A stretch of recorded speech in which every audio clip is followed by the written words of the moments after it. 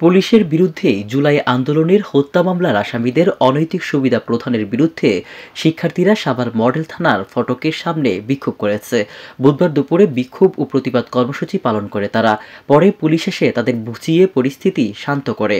বিক্ষুব্ধ শিক্ষার্থীরা জানায়, বৈষম্য বিরোধী ছাত্র আন্দোলনের হত্যা মামলার আসামিদের সম্প্রতি থানায় ভিআইপি প্রটোকল দিয়ে পুলিশ জামাই আদরে রাখছে।